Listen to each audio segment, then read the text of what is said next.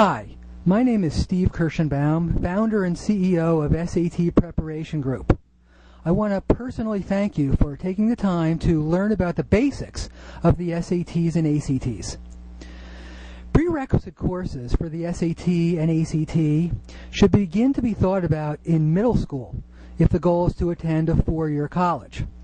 Most important is reading and vocabulary. Unfortunately, we live in a society where the average teen spends almost 8 unproductive hours per day distracted by text messages, television, web surfing, Facebook, video games, and iPod usage.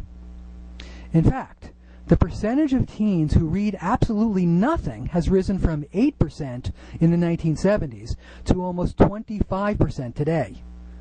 The SAT especially requires students to know difficult vocabulary in context, to understand and dissect very sophisticated reading passages, and to answer implicit questions that require a deep knowledge of synonyms.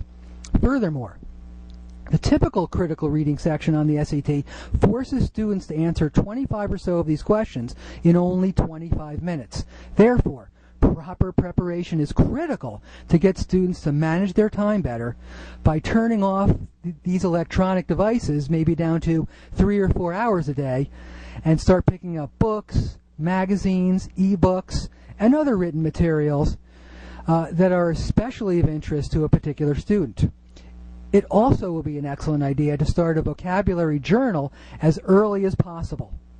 Although the ACT reading questions are generally easier, there's an even more tight time constraint that would be well served by practice reading and knowing a copious amount of vocabulary in context.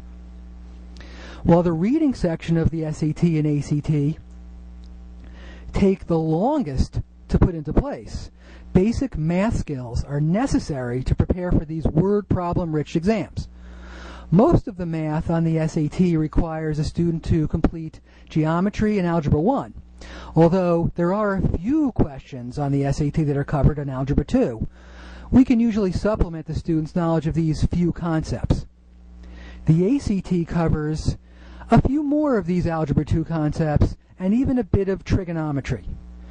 Thus, create a plan that gets a student through Algebra 1 in 8th grade, geometry in 9th grade, and Algebra 2 during sophomore year in high school.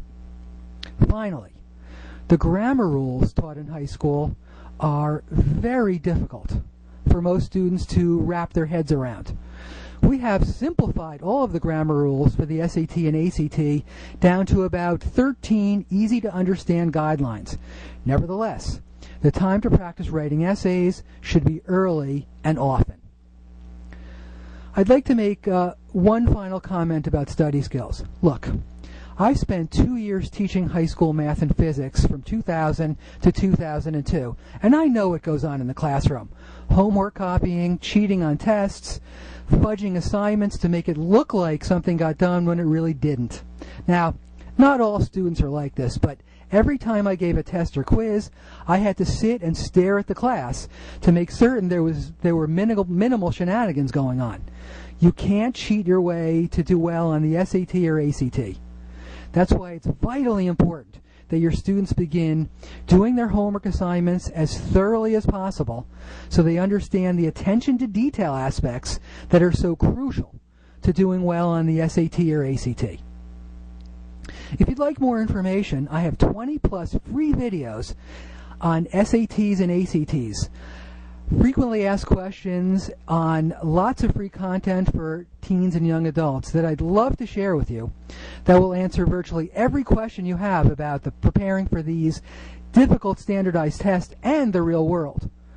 If you go to www.youthquest.org or prepsattest.com and click on the blog link, you can easily sign up and get all of these. Make today and every day a fantastic adventure.